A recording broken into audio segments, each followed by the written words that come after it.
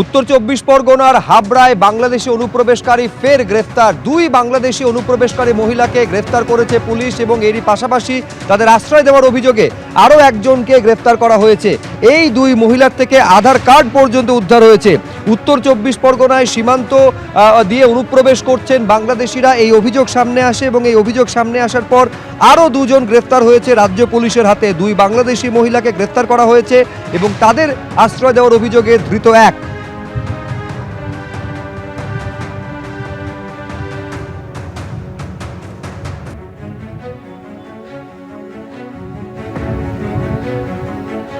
শুধুমাত্র হিন্দু বিদ্বেষ নয়, ভারত বিদ্বেষ কিভাবে ক্রমশ প্রতিদিন বাড়ছে তার উদাহরণ এই ছবি, যেখানে মার্চ ফর ইউনিটি অর্থাৎ ছাত্রদের তরফ থেকে যে জমায়েতের ডাক দেওয়া হয়েছিল সেখানে ভারতের বিরুদ্ধে স্লোগান উঠল। দেখুন,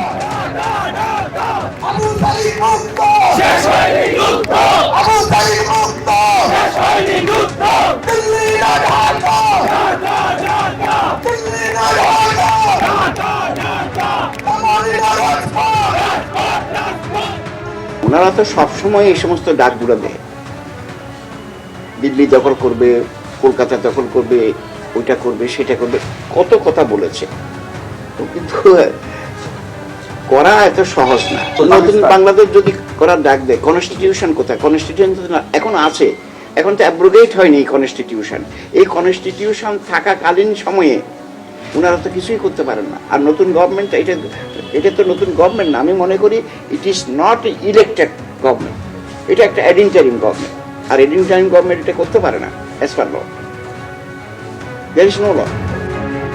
দিনের পর দিন বিনা বিচারে চট্টগ্রাম জেলে বন্দী হয়ে রয়েছেন ইসকনের সন্ন্যাসী চিন্ময় কৃষ্ণ দাস।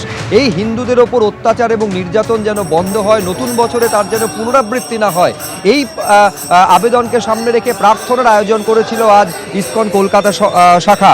বেলা 12টায় অ্যালবার্ট রোডে ইসকনের যে প্রধান শাখা সেখানে এই প্রার্থনার আয়োজন করা হয়।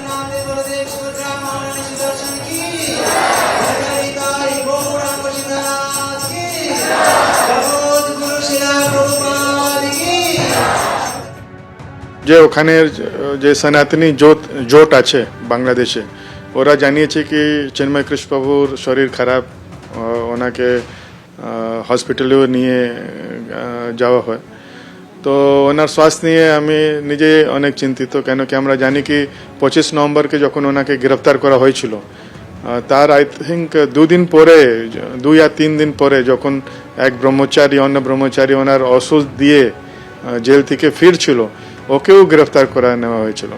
তো আমি যত জানি 3 থেকে 4 ব্রহ্মচারী জেলে ভেতরে আছে, ওনার যারা ওনাকে হেল্প করছিল, ওষুধ দিচ্ছিল।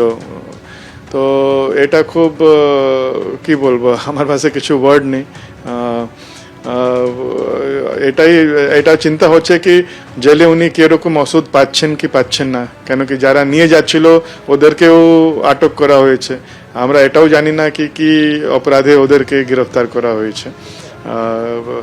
তো এটাই আশা করে কি বাংলাদেশ গভর্নমেন্ট একটা মেডিকেল বুলেটিন জারি করবে কি ওনার স্থিতি কিরকম আছে, কেন কি অনেক লোক ওটা চিন্তা, ওনার স্বাস্থ্য নিয়ে চিন্তা করছে।